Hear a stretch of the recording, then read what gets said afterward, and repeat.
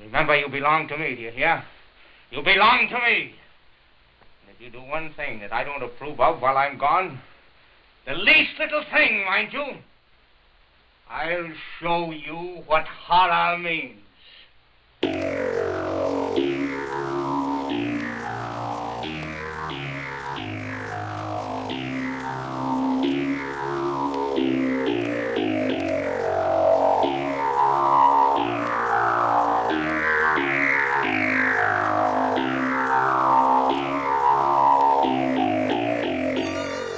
Good evening, guys and ghouls, and welcome back to Monster Craze Memoirs, a generational podcast about B-movies. I am your host, Ian Garcia, and rejoining us for this week is my father, Rocco. Hello. So this week we are moseying on over from Metro-Goldwyn-Mayer to explore another Hollywood studio's forays into the golden age of horror of the early to mid-1930s. For the next 2 weeks, we'll be exploring the output of Paramount Pictures, America's oldest and second biggest film studio at the time, second only to MGM, although for a while they were America's biggest film studio, and they were definitely MGM's biggest rival. Unlike MGM, which sort of had a reputation for sophistication in the films that they produced, Paramount, quite the opposite, despite the fact that they had a lot of money to expend on really lavish productions. They had some of the biggest stars of the day, but they were also notable for the extent to which that they were much more willing than a lot of their competitors to court controversy, to produce films that they felt contained the sort of content that the average American wanted to see, which in general tended to mean for Paramount movies that were a little bit more on the salacious side, a little bit more on the sexy, boundary-pushing side. And so it's going to be interesting going into the two films we'll be covering in the next 2 weeks from Paramount, because they're easily among the most expensive and most elaborate horror movies that were produced during this period, but they're also some of the most extreme in terms of their content. And this week, just to begin, we're going to be starting with Dr. Jekyll and Mr. Hyde, the 1931 version starring Robert Marsh. And I wanted to get your Starring Frederick March. Frederick March, rather. Right. Yeah, sorry.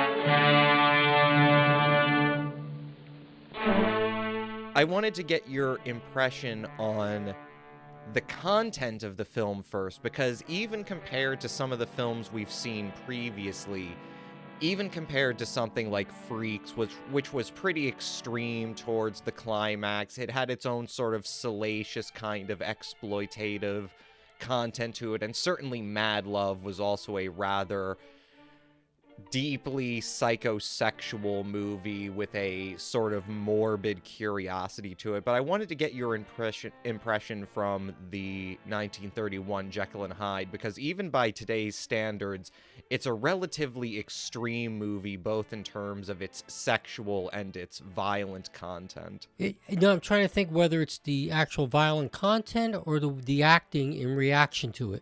It does have a lot of violent content in it. There's something unhinged about it. I'm thinking of films where the characters sort of make your skin crawl, even though they haven't done anything yet, but there's enough in their character, there's enough in their portrayal that makes your hairs rise, because you understand there's something not quite right with these people. It's not so much the acts of violence, it's the portrayal of a protracted violence and almost torture to a certain extent. Yeah, it's not so much a question of content as it is a question of degree and emphasis. There's a lot more.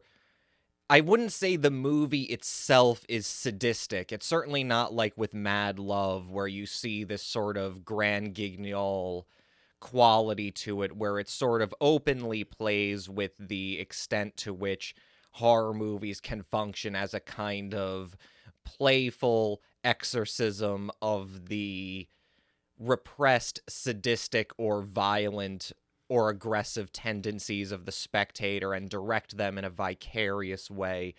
With Dr. Jekyll and Mr. Hyde, it's not that the film so much is sadistic, it's just that Hyde himself as a character is so sadistic, and in a way that slowly builds over the course of the movie. And I think you're right, where it's like there's a lingering quality to it that still remains very disturbing, just in terms of anybody who knows even just the bare bones of the Jekyll and Hyde story knows to a certain extent what they're going to be getting into.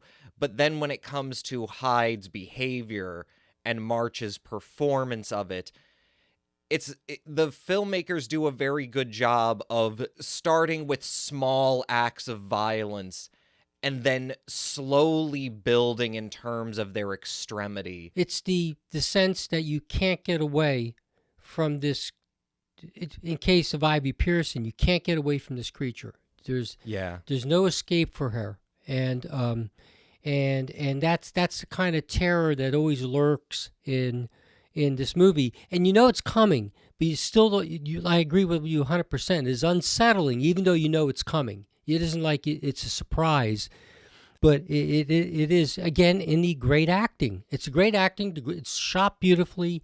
And the amount of building terror is done beautifully by the director and the photographer. And I think part of what it continues to make Dr. Jekyll and Mr. Hyde such an affecting movie, and even kind of like a disturbing and uncomfortable film to watch, is the sheer proximity of Hyde's sadistic behavior, and specifically Miriam Hopkins as Ivy Pearson, her unique victimization by it, is how much it scans as a totally realistic portrayal of a abusive relationship. Right. And I remember even abusive relationship with money. You have to, again, it's a class distinction. He's able to get away with it because he's rich.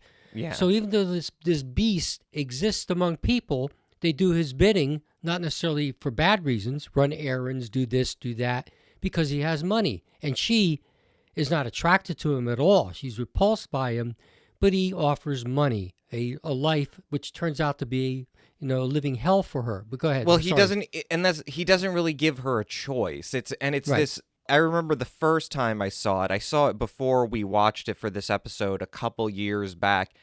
I was at a point where I was sort of more open to and learning more from friends or associates of mine from my college days and my high school days, the extent to which, like, how years down the line, people who you have no suspicion would have been in abusive relationships, they sort of come out and they explain how they get into these relationships in the first place, and the sheer terrifying power that typically men can wield over women.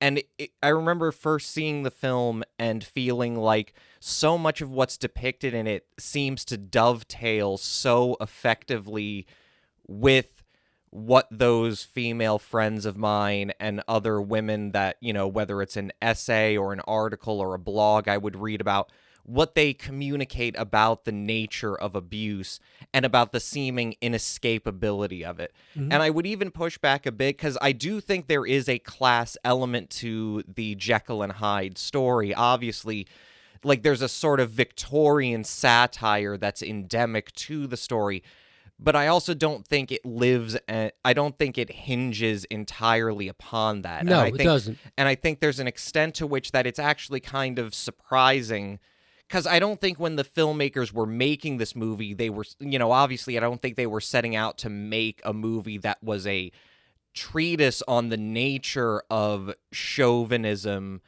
and on intimate partner abuse. But they nonetheless managed to make a movie in the 1930s that very much distills Right. a kind of relationship that you have to imagine was a little bit more common back in those days, back when there was more overt misogyny and sexism.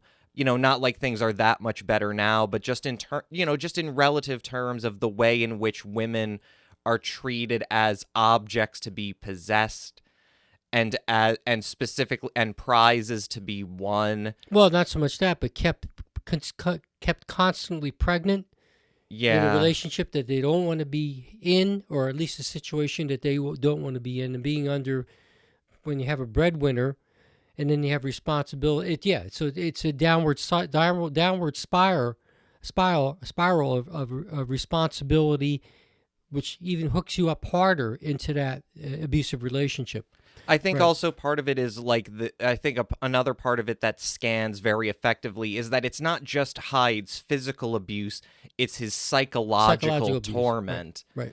And you see it deftly performed in Miriam Hopkins's performance of it, which is just the abject terror of knowing that you have to tell this person whatever it is they want to hear, but never being able to predict what it is that will set them off. And it always seems as if the creature knows this, that he knows that she is performing for him. In terms of the films that we've seen, Bride of Frankenstein and this one are two of my really top favorites. This is a stellar production that stands out. Yeah, it's easily the most expensive of the movies that we're going to see. The production budget easily ballooned over $500,000, so no expense was spared in terms of creating it. It's not even just a matter of expense. Ruben Mamoulian, who directed the film, and Samuel Hoffenstein and Percy Heath, who wrote the shooting draft of the screenplay, they are constantly layering on symbolism and very deftly threading this story that you think that it's showing a tremendous amount, but there's also a lot of it that it's not showing, and that it's sort of leaving up to the kind of horror of conspicuous absence.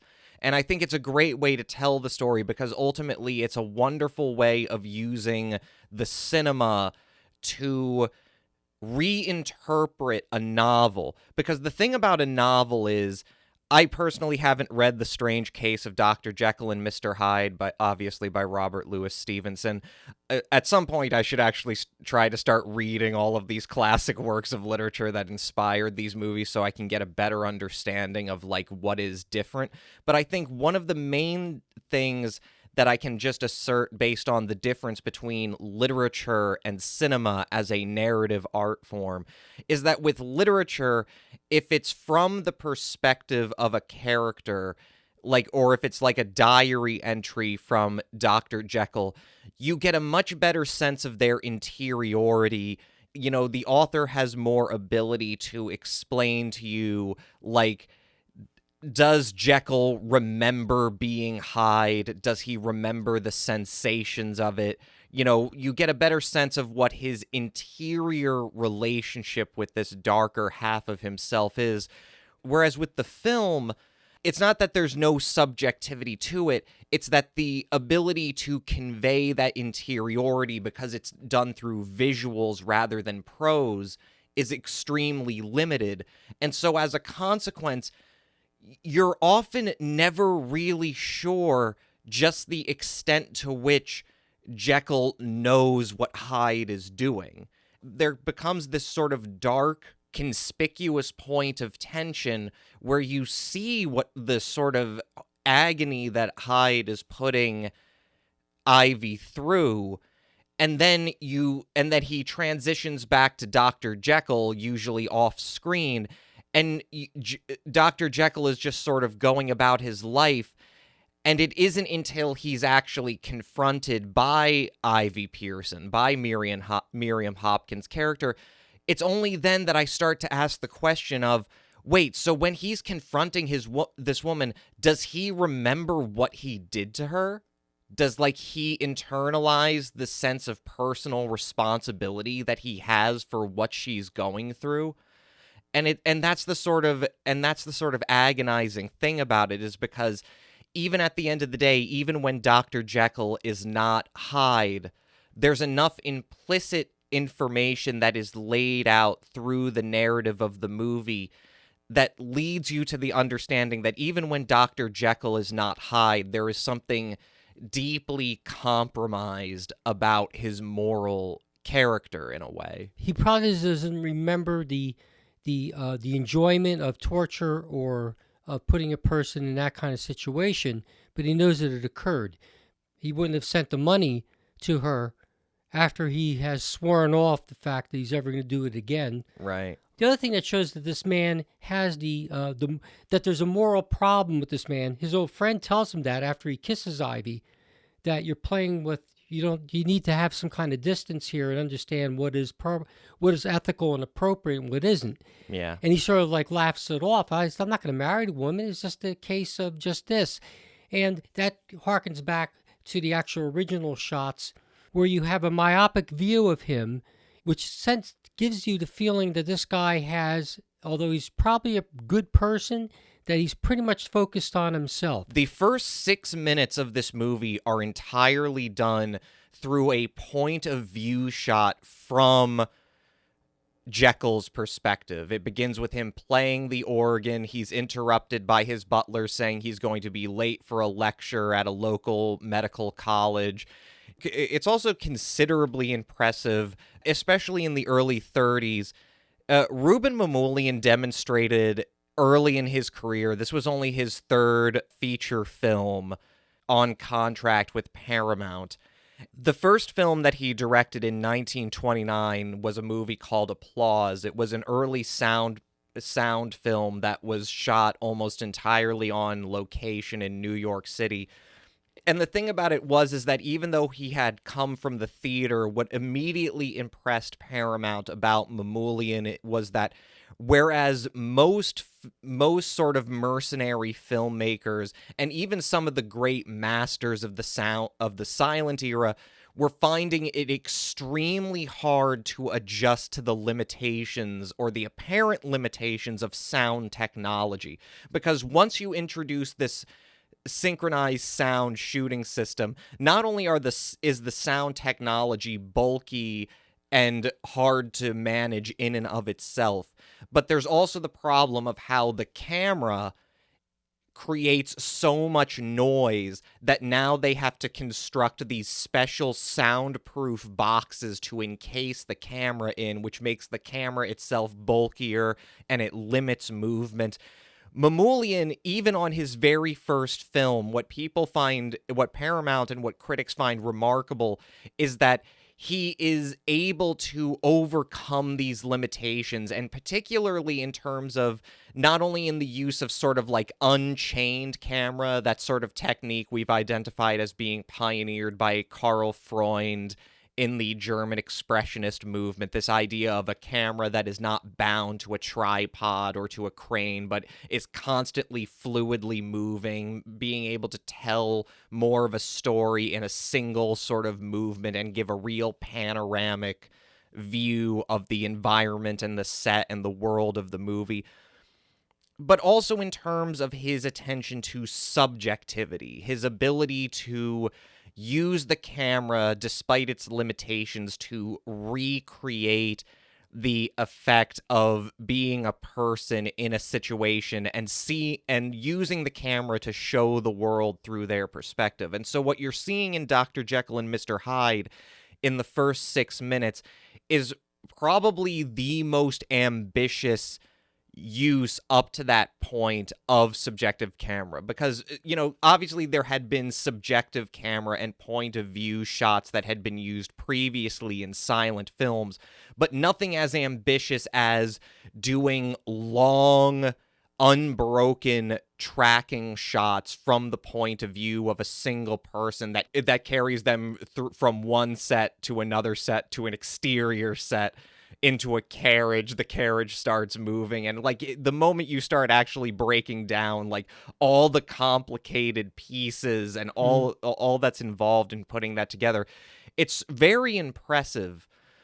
And so he arrives at the lecture hall, And this is where we finally break away from his perspective, and so we are seeing Frederick March as Dr. Jekyll, and he's giving a lecture in which he basically proposes that he believes that there is a fundamental duality of man. One part of man tends towards civilization, broadly speaking, tends towards civilization and wisdom and higher sort of divine virtues, and the other is the one that is bound towards the animal and the earth. And basically he also proposes, although you notice that the lecture cuts off just as he's explaining this, but he basically starts getting into the fact that he has developed a serum that he believes can fully separate the animal from the divine nature of man. Right.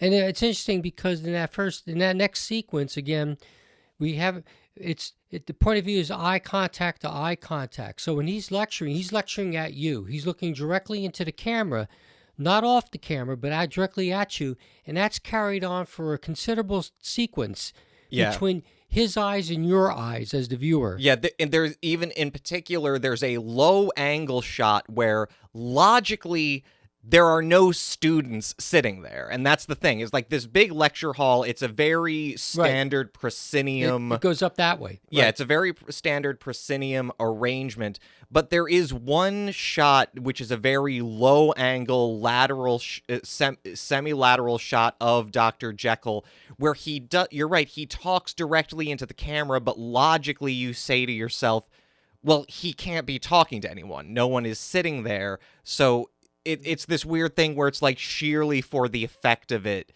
Mamoulian is having March talk directly to the spectator. But as he comes in, all the students are anxiously awaiting to hear something of enlightenment. And of course, sitting in the lower left to Dr. Jekyll's view were the old guys. They were sitting in the lower left, the old guard, if you will, of the medical community.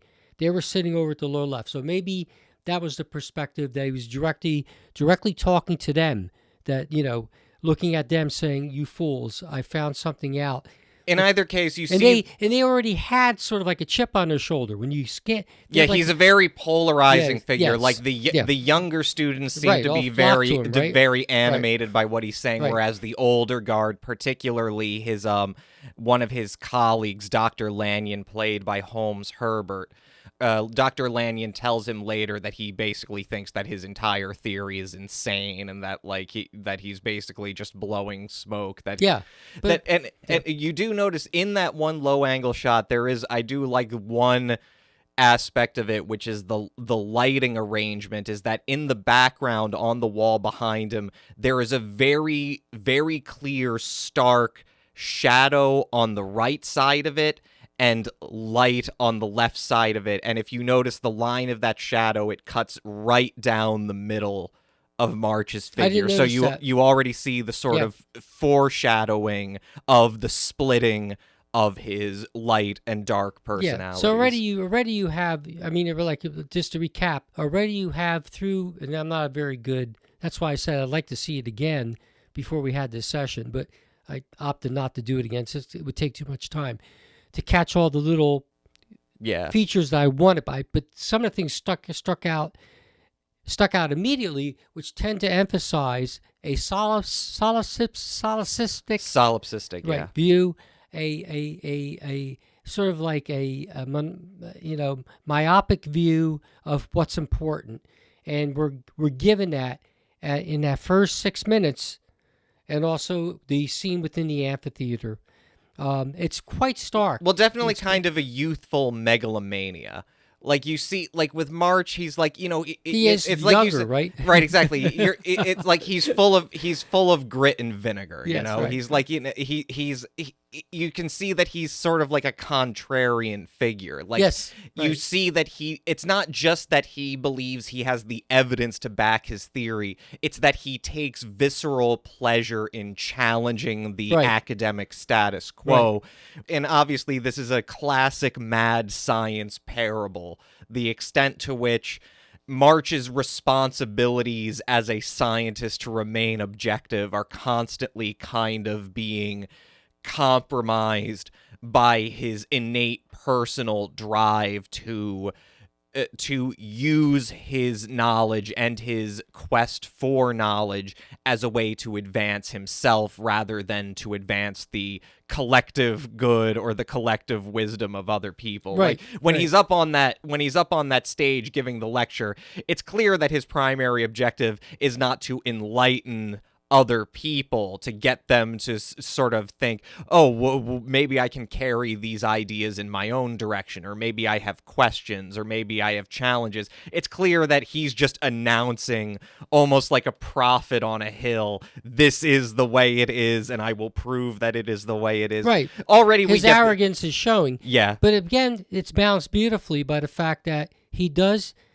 ignoring dinner or being late for dinner, he operates on a woman. In a charity ward. Yeah, he operates a charity ward. He frequently we learn that he frequently skirts on his interpersonal and professional responsibilities so that he can operate in extreme cases of psychosomatic pain or paralysis. And of course, like, there were elements of this in Mad Love that I commented upon in the episode, the almost Christ-like nature of the mad scientist in that story, and another story of the sort of like very extreme duality that is represented there. And here we see it too, where we transition from the lecture hall to a scene in his charity ward where he's talking to a little girl who is walking with crutches, and he gets her to leave her crutches behind and walk by herself. And the way the shot is done, and once again, an intense focus on subjectivity, the use of reverse point of view shots, one from March's point of view, one from this little girl's point of view.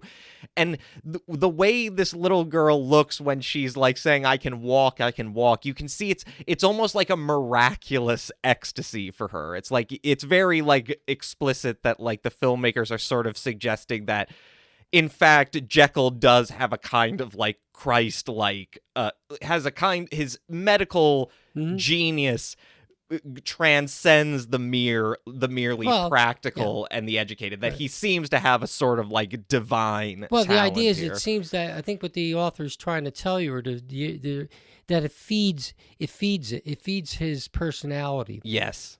So even though he's doing a good thing, nevertheless, in his particular case, there's no distance between it.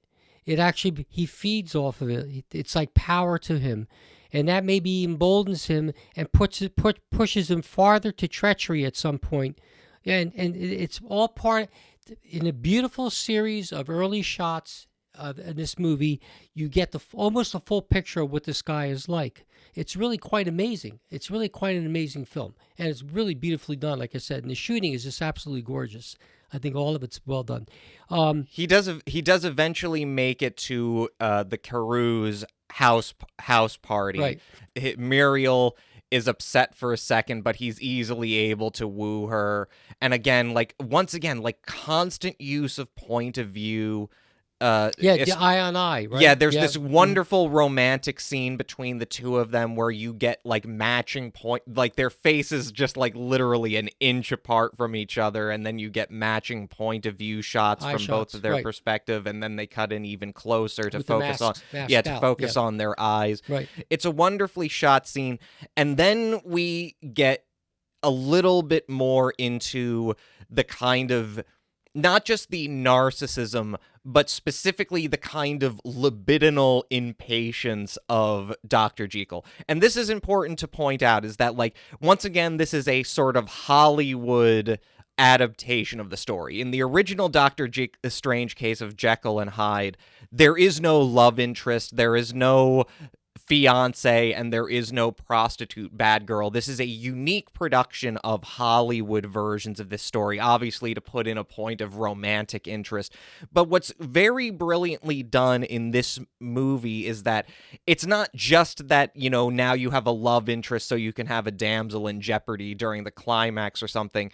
It is very intelligently used as a point of a melodramatic point where they are scheduled to be married in 8 months' time, and Jekyll just can't wait. He needs to marry her now. His impertinence. Right. His impertinence, and obviously this dreadfully offends Brigadier General Sir Danvers Carew, played by Hollowell Hobbs. You know, like, he's very, you know, like, and yeah, we get the sort of typical sort of thing where it's like, you know, he's the... Again, tradition versus etiquette, and tradition versus... youthful vanity and impertinence. And impertinence. Right. He's, you know, it's like he's a sort of classic, like what's the term? You know, the sort of classic Byronic anti-hero. He chafes at all of these Victorian premises. So he's very disappointed when when General Carew refuses to allow them to marry earlier than expected, and even sort of intimates that like if you keep pressing me on this, like, I'm not gonna let you marry. No, then he even insults him and says, and by the way, I wanted to see you settle down more if you're gonna marry my daughter. As if you have to, like, the general has a sense of his, you know, not scatterbrained is the wrong word, but sort of like maybe lack of continuity, or, if you will, dedication. Yeah. So, or even his, like, lack of manhood, almost like his, because that's the thing, he does have a kind of a childish sort of romantic quality to him. And that's the thing, is that, like, it's this tension that is created not just by his rejection of etiquette and rejection of conservative standards. It's also the extent to which that, like, you're right, exactly what you're saying, where Carew's concern is that, like, you know, it's like, when I say you're going to get married in 8 months, I'm basically giving you 8 months. I'm giving you 8 months to get your act together and start acting like a real man. And so stop. He even begrudges the fact that he was late because he was taking care of a charity case. If you noticed, which maybe is kind of a dick move, but, like, you know, it is. Like, yeah. No, the general. Right? Yeah. And it even in that scene where he wants to operate on the woman, his friend says, played by Holmes Herbert, Dr. Lanyon, says, "Can't you get one of the residents to do it? Not resident, but whoever they call it, the house staff to do the operation." Yeah. And the woman grabs his arm, looks up at him, don't let him. No, I want you to do it.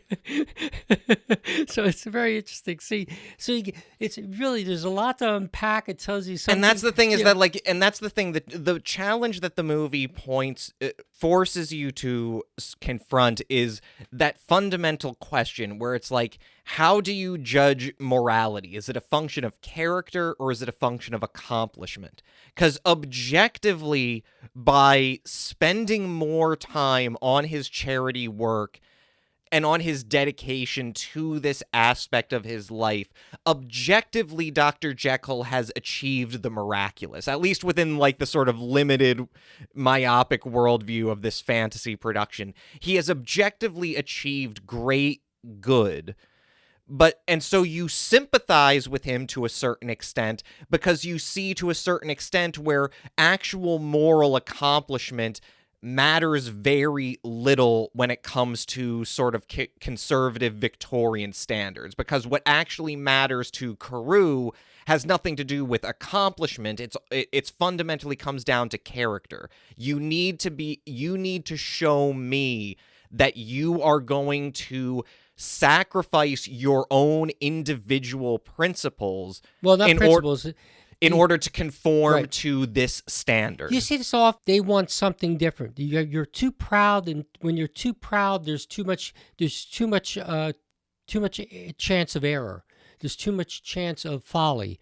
Maybe there's something to it. I think that's the importance of Mamoulian's use of subjective camera in it, is that it allows you to not only get a much more intimate connection with the subjectivity of whatever character is getting the subjective camera point of view at a certain moment, it allows you to have conflicting sympathies, where this is not a case where General Carew is the villain and Jekyll is the good guy and hero, But it's also not a situation where Jekyll is the hero and Carew is the where Jekyll is the villain and Carew is the hero. Right. You see both of their points in equal measure, and obviously, like, it seems that might be like the fundamental thesis of the movie is that like there is a need for like a temperance here, because it is exactly what you say, and this develops more as we get into the plot and becomes more explicit.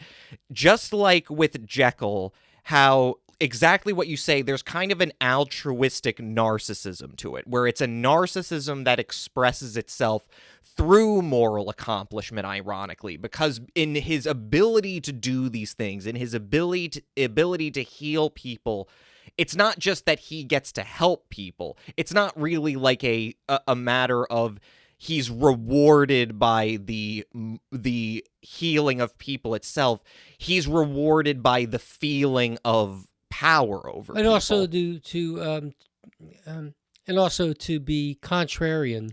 Yes. To the traditional ethics, or right, exactly, or the proper things you should be doing, like making dinner. I was never late. The general even says, "I was never late for dinner." He makes that statement in the movie, really driving home the point. He always had time to make for dinner, because to show you that the general doesn't understand the life of a doctor and a scientist, and vice versa. Yeah, I'm sure your own feelings were a bit torn in terms of your sympathy. Right there. I was ready to punch the guy in the head. When you try to make tenure, you don't necessarily. In Britain, it's even harder. Back then, it wasn't quite so bad. But you definitely see it where it's like, this is obviously, it's like obviously Dr. Jekyll isn't like some sort of Marxist or whatever. He's a bourgeois young person at a sort of unique end of the century moment where conservative norms are going out the door. Younger people are feeling more comfortable challenging conventional wisdom. Right. But he has no actual real, there's it's like Prince Harry and what's her name? Right. Right. But there's no principled commitments. And in fact, it's the opposite, is that basically, and in a weird way, it sort of goes into like his idea, because what he says in the lecture is that basically the entire objective of his experiments is that he believes that, in a very Freudian sense, he believes that the problem of modern man is that we are constricted by the neurotic feelings and troubles that we have, because we have these higher aspirations, but there is this dark animal side to us that is begging for release. It's true. The soul of man. My analysis of this soul, the human psyche, leads me to believe that man is not truly one, but truly two. One of him strives for the nobilities of life. This we call his good self. The other seeks an expression of impulses that bind him to some dim animal relation with the earth. This we may call the bad. These two carry on an eternal struggle in the nature of man, yet they are chained together, and that chain spells repression to the evil, remorse to the good. Now, if these two selves could be separated from each other, how much freer the good in us would be, what heights it might scale. And the so-called evil, once liberated, would fulfill itself and trouble us no more. But then even when you break down what he is saying is his objective, which is that if you can release the animal side and let it get done with it as it wishes, then our good side will be even more liberated to do the good exactly thing. But if you even break it down for a second, that's totally insane. It's like, what do you mean just let the bad side go? What do you mean just let it release itself? He meant neurologically, he didn't expect to change into a creature. Right. I think he expected that he would have a feeling of which the inhibitory side and which pulls you down will be eliminated, and he'd be able to see some type of enlightenment like LSD. Well, but like that, it's sort of like that. And I don't think he anticipated that he was going to change into something. I think he meant there's going to be a mental shift that would occur. Yeah, so after this event, he's very upset. He and Lanyon are walking home, and he and Lanyon are having another debate about whether it is better for human beings to be content with the state of affairs as they are, or whether we should be, and of course Jekyll representing the sort of libertarian side, if you will, of, the will to power, the will to the Nietzschean thing, where like he is, even because that's the thing, in his lecture he said we can describe these two aspects of humanity as good and bad, but it's clear that he is, like, in a Nietzschean sense, he has moved beyond questions of good and evil. In a philosophical sense, he just sees these as value neutral expressions of fundamental human nature. And so what he's frustrated by is the constrictions on the individual, that he feels like he should have the opportunity to liberate himself and to get these things out of himself, and at the same time just move right back into the conventional order and not be shamed or be judged because of it.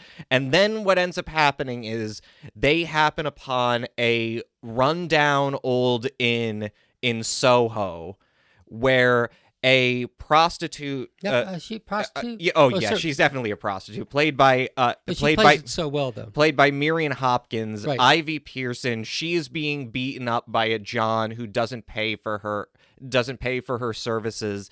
Jekyll comes to her rescue and brings her up to her apartment, and this is where we start to get into, this is like classic Paramount, salacious, sexy, pushing the boundaries of conventional decency, because what you then see is Jekyll, quote unquote, treating Ivy Pearson, and Ivy Pearson trying to seduce him into coming to bed with her, and even having an entire striptease scene. Yeah, it was edited terribly. I mean, parts of it was very jumpy. Well, parts of it are still lost, and okay. we can get into She's absolutely nude, though. Well, we can get into the censorship of the movie later. But I think what's interesting about the scene is, again, it's this wonderful way where Mamoulian plays not only with subjective camera but conspicuous absence of information, but that nonetheless gives you enough implicit material to know what's really going on narratively. Because what happens is that when she's getting ready for bed, as it were, and when she's doing this striptease, she tells him to look away and to not peek, and he walks off at first, off screen, and then we get this shot that looks like a point of view. We're never clearly established in Jekyll's perspective, but you see her taking down her stockings.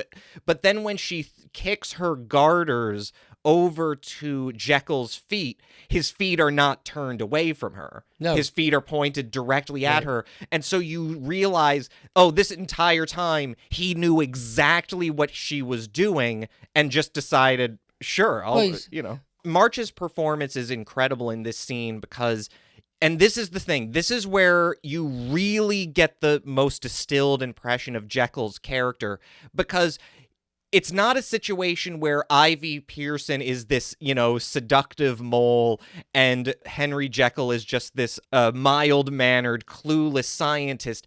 He clearly knows exactly what's going on the moment that she places his hand on her inner thigh. Right. Tells her, don't put your garter too tight because it'll stop the circulation. Yeah, and he's being coy this entire time, and eventually she does get him into bed and he embraces her for a kiss. No, she forcibly kisses him. Right, but he kisses her back. Oh no, he's involved. There's no doubt about it. And then Lanyon walks in and interrupts them, and of course Lanyon is, and it's wonderful because there's this one, the shot on which it ends is it shows Ivy begging him to come back, and then Mamoulian's camera pans down to Ivy's naked leg over the bedside. her knee just ticking like a clock, like a metronome, just back and forth, like tick. That's kept for several frames, right? Yeah, like once the transition. That's another thing he does very often in the movie is when he does a cross dissolve from one set piece to another, the dissolve will not just continuously go and then end quickly. He will leave the older image superimposed over the scene, and this, yeah, you're right, working, and also saying, "Come back."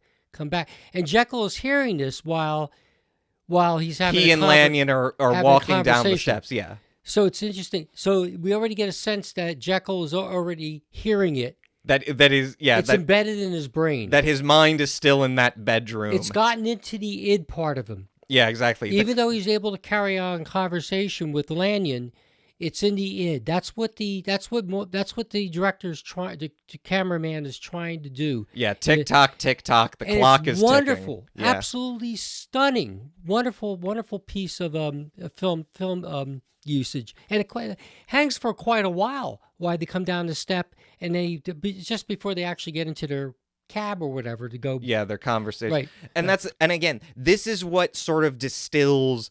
When he is talking in the lecture about the potential for liberating the animal side of the self so that the virtuous side of himself can aspire to more things, we get discrete, explicit information of what he is actually talking about, which is, I want to be. And really, we get, and once again, it harkens back to the argument with General Carew about, no, I'm so impatient, I just want to marry your daughter, I don't see what the point is with waiting. And of course, we boil it down to what the central hang-up is of why he is so impatient and why he is driven to these things. Fundamentally, in the film adaptation, because remember, these are unique inventions of the film, this romantic subplot.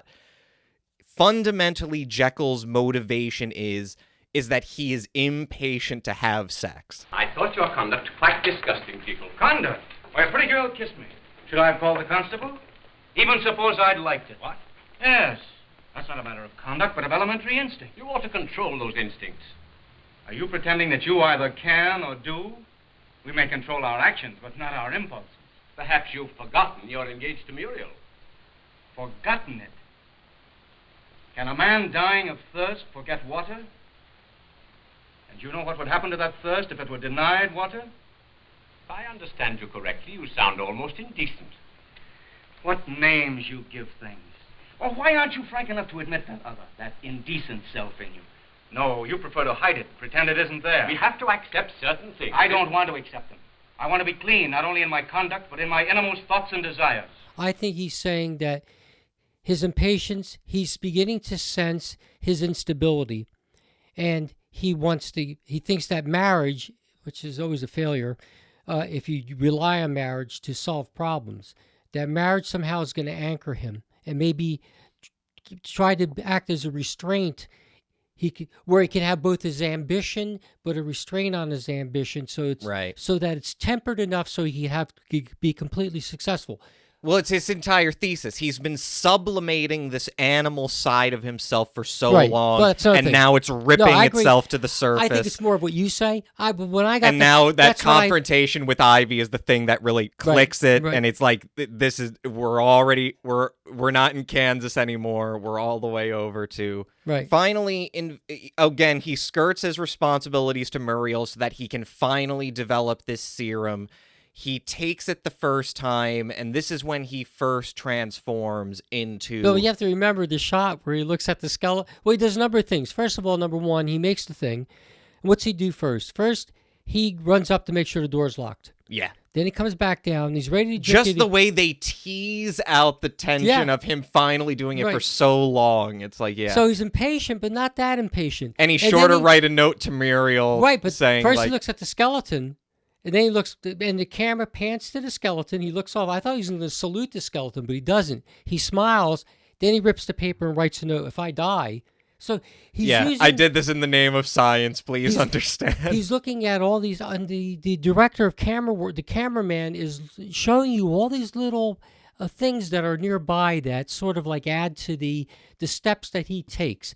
The entire scenery is brought in. It's quite amazing. Quite an amazing shooting. Yeah, like Mamoulian is even potentially like overindulgent when it comes to symbolism, or at least like that's one criticism I have seen of the movie, is that like, you know, even like it seems like every single scene has to end with some sort of overt like symbol.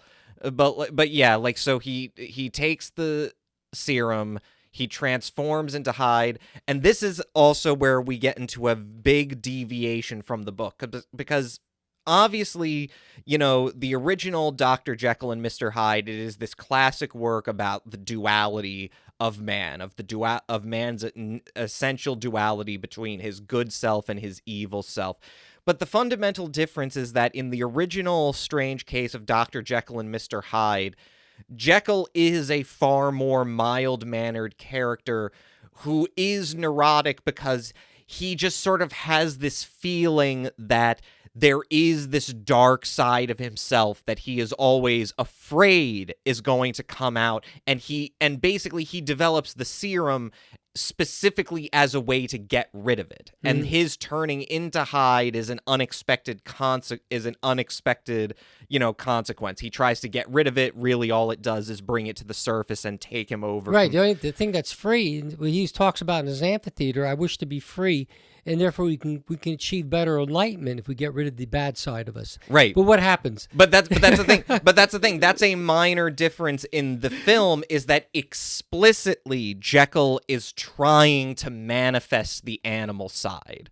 Oh, in the film? Yeah, in the film, like, again, you see it in the lecture, you see it in his conversations with Lanyon, you see it after his experience with Ivy, is that he wants to bring this side out because he believes fully that it is only when that side is brought out and that he does and that he's liberated to do whatever he wants without compunction, that he will be able to resolve this impatience in himself, this feeling that he's missing out or that he's not getting the most out of life.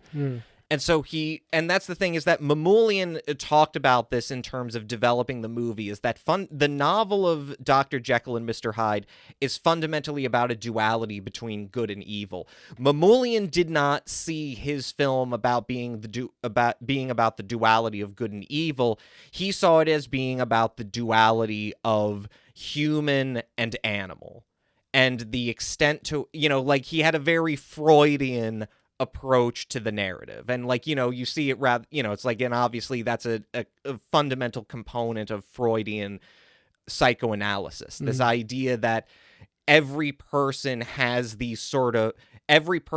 drive towards life and to, you know, and to achievement and to virtue that is molded by our society and the world around us, but we also have a drive towards that is animal in nature and that is tied to our fundamental organic origins, which tends towards death and destruction. And so it's very much this Freudian thing where, like, Jekyll is intentionally trying to release this thing. And so therefore, because there's more emphasis on this idea of the sort of biological and psychological nature of people rather than moral nature, once Hyde emerges, you know, in previous adaptations of Dr. Jekyll and Mr. Hyde, Hyde did look different. He might look a little deformed. He might, like, you know, like in the John Barrymore version from 1920 that was also produced by Paramount, when he takes off his big, iconic, pointed black hat, he has like a kind of microcephalic bald skull. And in this version, however, it's much more extreme, because when we see Hyde, he looks like a Neanderthal man. He literally looks like a sort of animal. Yeah, it looks partly simian in a way. Or yeah, exactly. Yeah.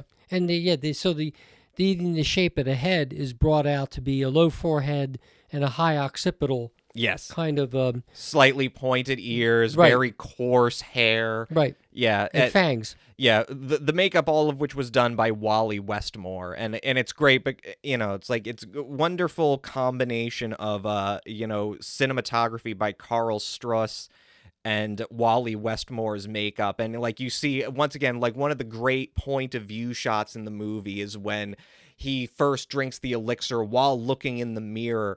And we have seen a variation of this effect before, but we have seen it in a movie that was copying the effect used in this movie. Obviously, in Werewolf of London, we saw a variation of the effect where you're photographing in black and white, you put the actor in red makeup, but then you put a red filter either on the lights or in front of the camera lens so that the red won't photograph, and then you slowly remove the red filter to reveal and expose the red makeup and create the impression of a transformation.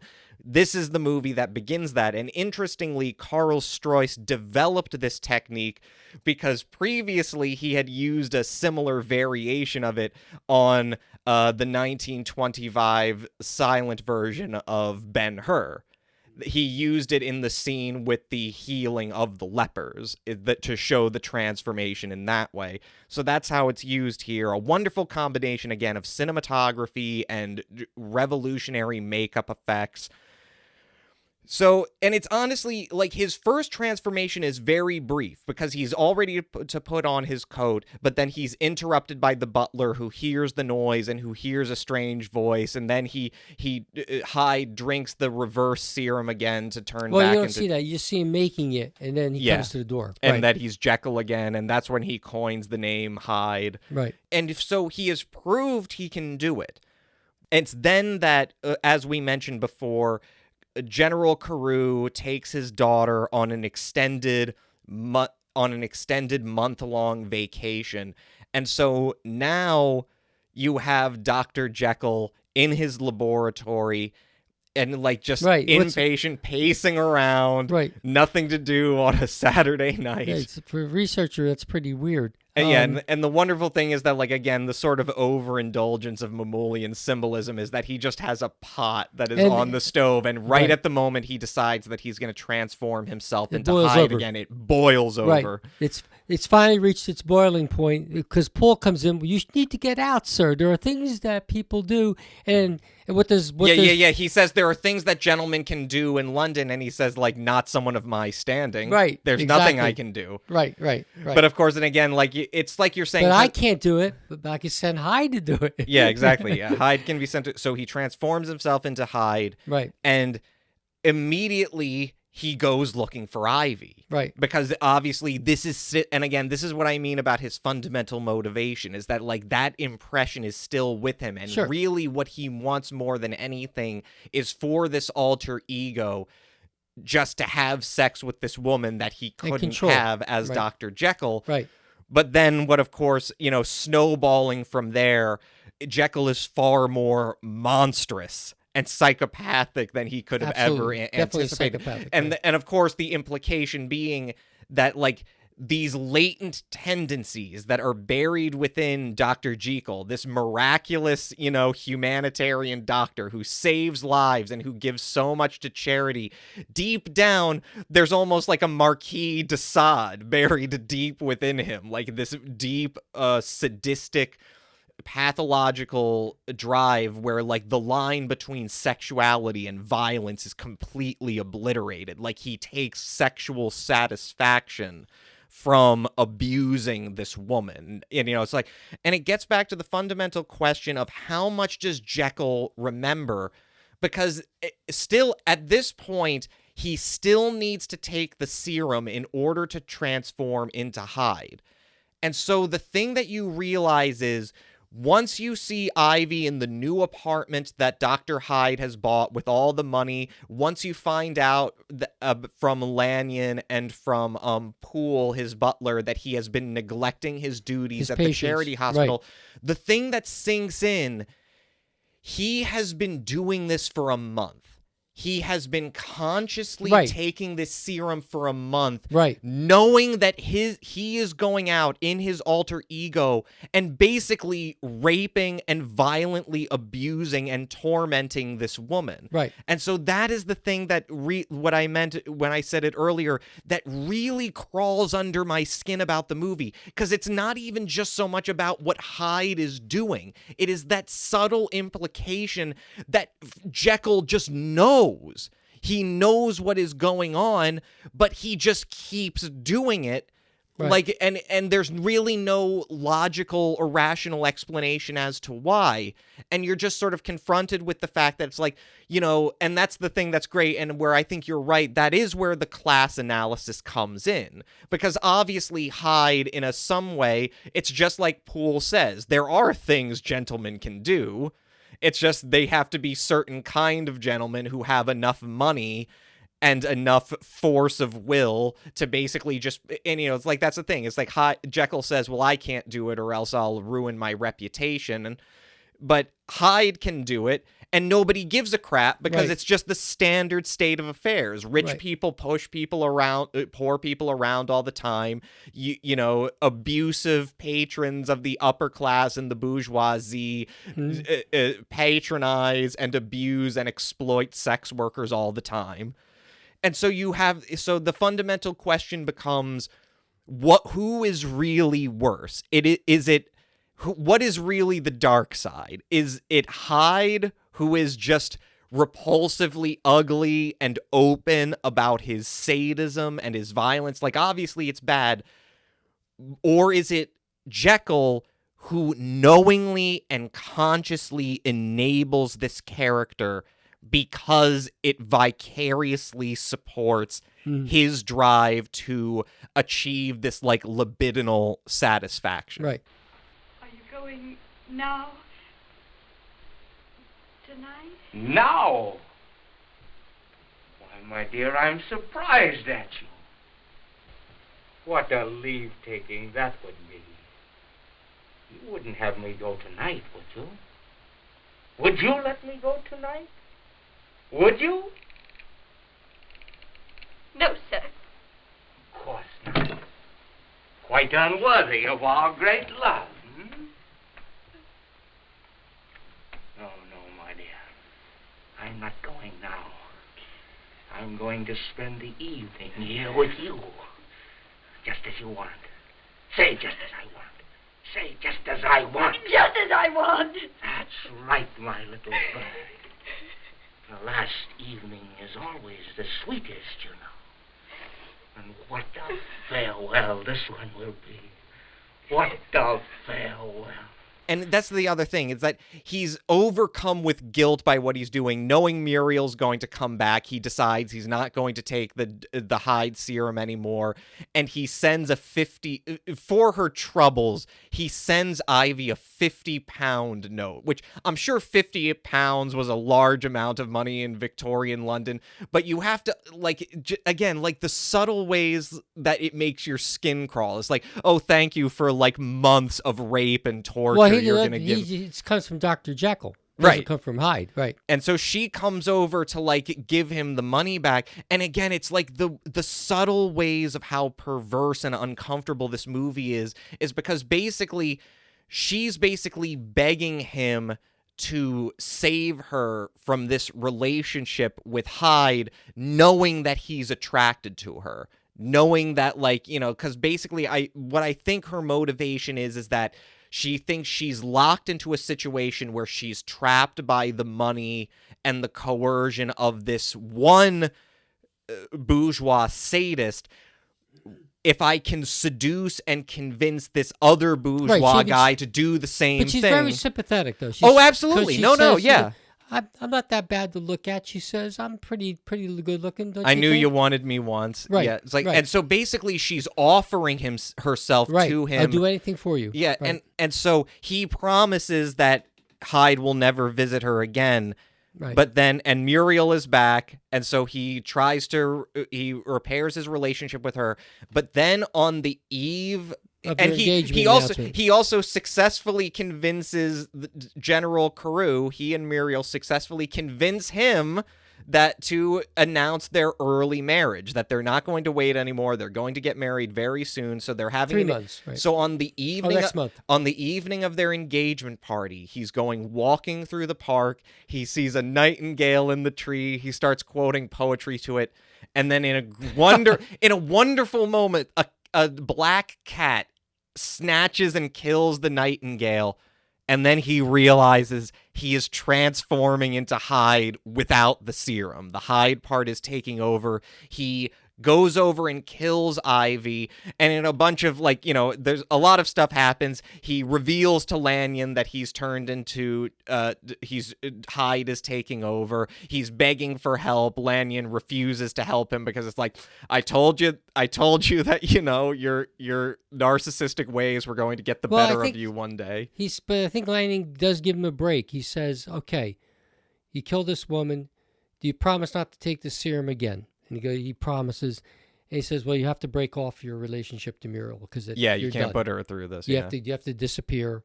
So it looks like Lanyon is giving him, trying to tell him you don't have to give yourself up, but you're going to have to. There's no way of going back. Yeah, you've already gone too far. Done. You're not going to be in medicine anymore. You're not anything. You're gone. You're among the living dead. He does break it off with Muriel, but it's a tragic scene. Really it's scene. Wonderful. But as he's breaking it off, and as he's leaving, and as he and again, it's almost like Sodom and Gomorrah. He looks back for just a second, even though he should have just kept going. But then he sees her, and Hyde is aroused. Hyde comes to the surface.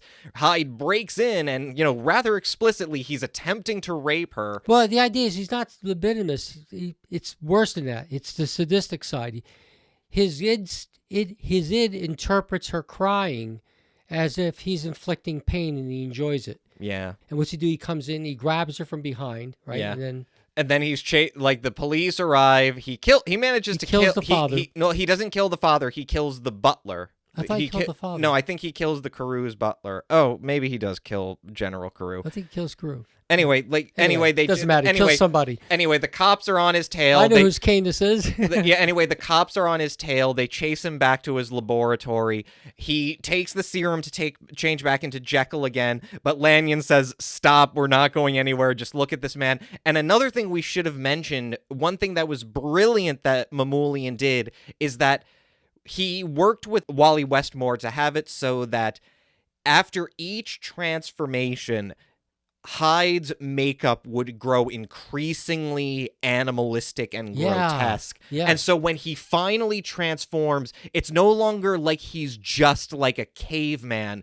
It's like he's a living corpse. Like his eyes are like drooping away from his sockets. Right. It's very reminiscent of like a Lon Chaney character. Like I'm especially reminded of his character in London After Midnight. Mm-hmm. And The Phantom of the Opera. And we see that finally Hyde is shot. He falls on the table. He transforms back into Dr. Jekyll. Poole is crying over his body. And then in one final piece of symbolism, if you have any lingering suspicion that there is salvation for Dr. Jekyll after death, Mamoulian and Carl Strauss's camera pans to behind the fireplace so that his body is dead center in the middle of the fire, the pot boiling over, so that you're assured, no, he's damned for eternity now. Because again, it's not about Hyde. The problem isn't Hyde. Hyde is just an expression of what, like of what is always intrinsic to him. The other thing about the interesting, one of the drawbacks of the film, and I have to mention this, is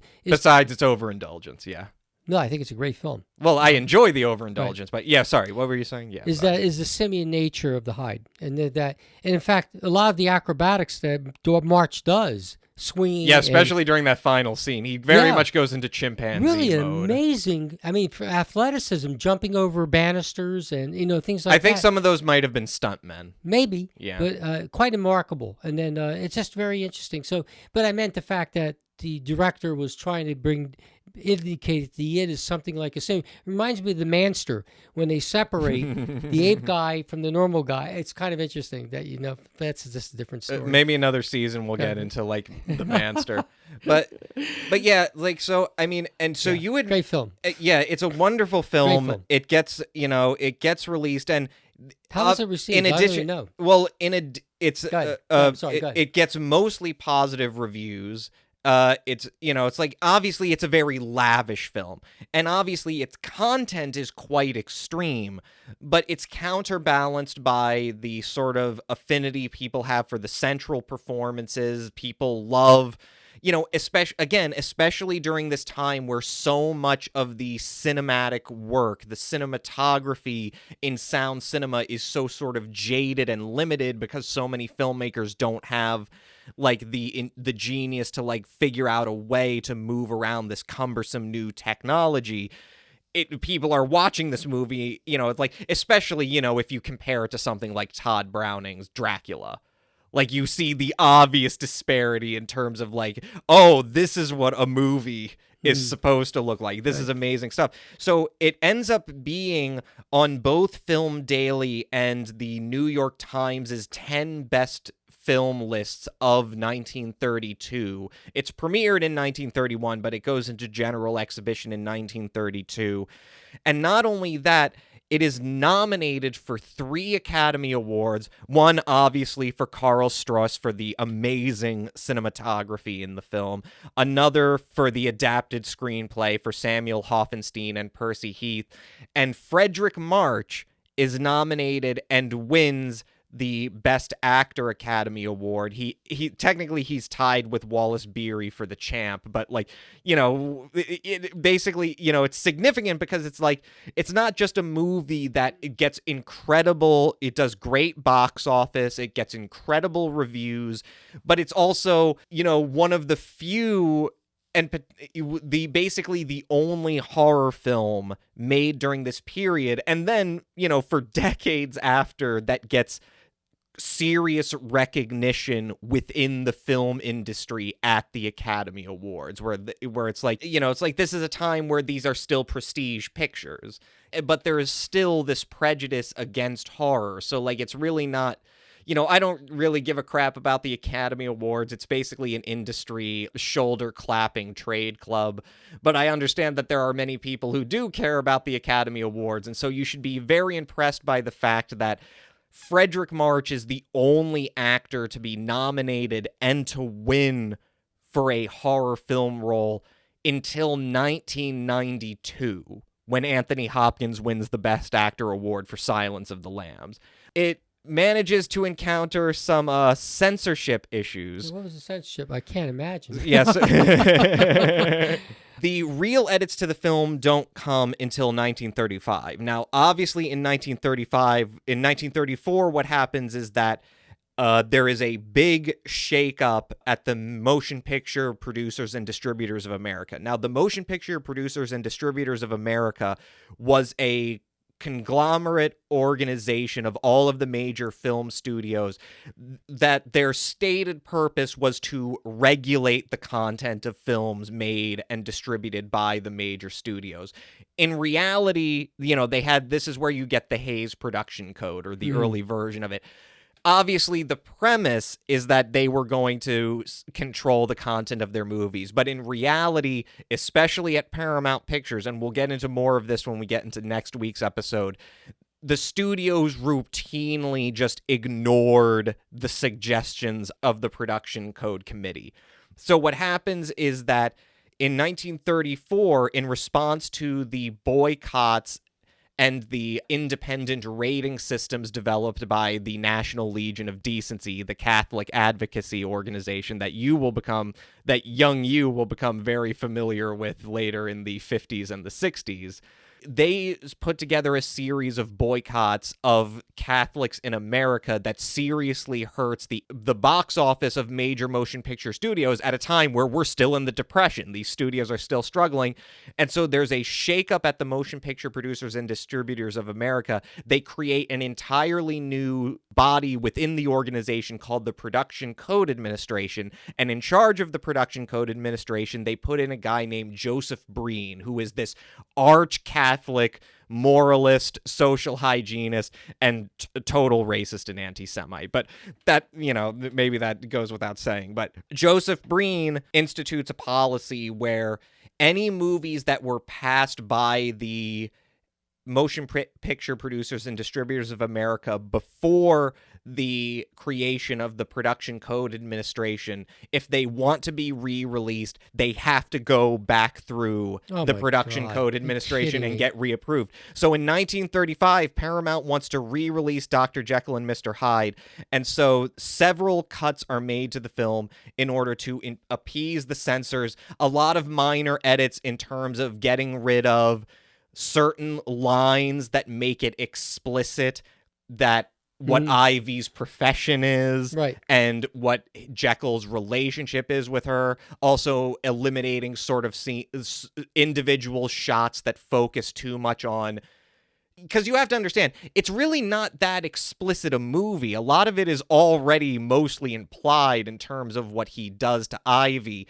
But back in those days, there was still a standard of like, well, don't show too much agony, you know, in a person, or don't show a bad guy getting too much satisfaction out of what he's doing. So maybe, you know, you trim a close-up here, you trim a few bits of information there. What's really interesting about the re-release is that most of the cuts are done exclusively to shorten the film's running time. This is also easily one of the longest movies that we've seen. It's about 2 hours. It's 95 minutes. Oh, okay. So the first 3 minutes of the subjective camera shot are removed. What's also interesting is that in the original cut of the movie, Jekyll takes the serum the first time, he transforms into Hyde, he gets ready to go out, but then the butler interrupts him and he doesn't go out. We get an entire scene where like where he learns that Muriel is going away, and then we get the second transformation scene, and then he goes out. In the 1935 release of the film, between when he first transforms and gets ready to go out and when he steps out the door into the rainy night after his second transformation, everything between there was cut out of the film for re-release, which means that they eliminated the second transformation scene, which is insane because the second transformation scene is this amazing demonstration of technical wizardry and of Karl Stroiss's genius, because you not only see the color changing effect on his face, what they also do is this wonderful thing where the camera moves from Jekyll's face down to his hand. Right, his hand's changed. And they will hide cuts, obviously, so that once they tilt up again, they hide a cut during the transition from one shot to another, so once you go back to his face, you see progressively more makeup is being added. Also, much to Mamoulian's ire, the part of the scene of Jekyll's transformation in the park, the one where he sees the nightingale getting eaten by the cat, that was cut out. Well, you didn't need to see that. Oh, you definitely need to see it because it shows the whole motivation. It shows you already saw the cat running down. And he goes, "Oh no."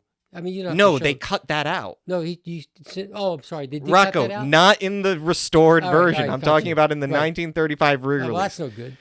And so the problem gets even worse from there, because what happens in 1941, MGM releases their own version of Dr. Jekyll and Mr. Hyde. This is not an adaptation of the novel. It is a direct remake of Hoffenstein and Heath's original screenplay. So prior to beginning production, MGM acquires the full legal rights to the 1932 film and subsequently suppresses it deliberately in order to avoid competition and comparison to their version.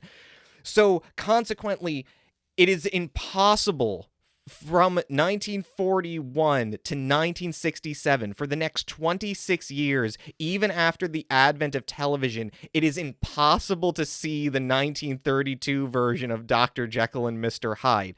It is only in 1967 that there's a filmmaker named a film collector named Raymond Rohauer. He rediscovers the film when he's just like looking through the MGM vaults. He finds the original camera negatives and he's like, oh, this is great. But it's still the 1935 edited version.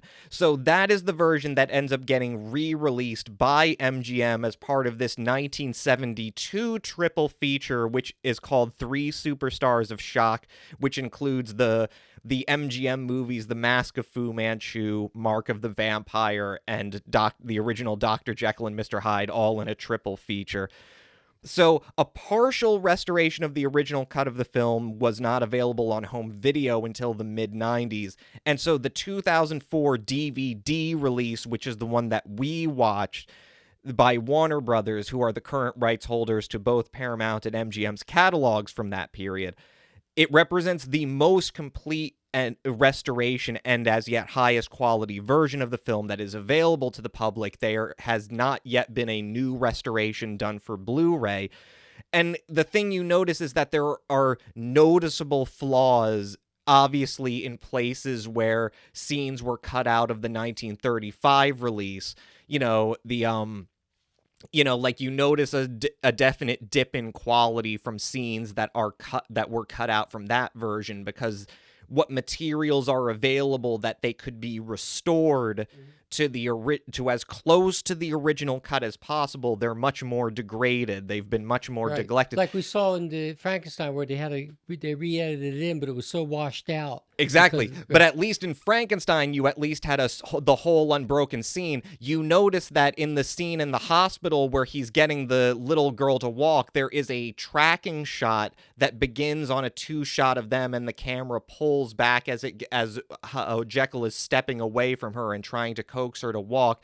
You notice that the film and the soundtrack just cuts, and you don't get the whole tracking shot. Right. And also what you were saying about the editing of the striptease scene. She jumps a little bit. Yeah, that before the 1935 re-release, that scene itself was much longer, and so it's much jumpier. But like now, a lot of the materials from that are completely lost at this point. So we still won't ever really get the full vision. Well, at least we got the makeup and the transformation. Yeah, the transformation is back in. Right. The Nightingale scene is back in. Right. Yeah, so next week we'll be coming back. Obviously, Paramount is going to continue to push the standards for the time and in mounting these opulent literary adaptations. Although when we come back next week, they may push the boundaries a little bit farther than they should have. We'll get into more detail about it when we come back next week to talk about Island of Lost Souls. Well, we may as well discuss this frankly, now that you know the facts. Lota is my most nearly perfect creation. I was thinking of taking her with me as Exhibit A on a triumphal return to London.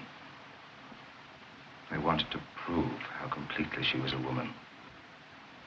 Whether she was capable of loving, mating, and having children. She was afraid of Montgomery and myself. Then you came. Well, she was very much attracted to you. You could see, of course, the possibilities that presented themselves.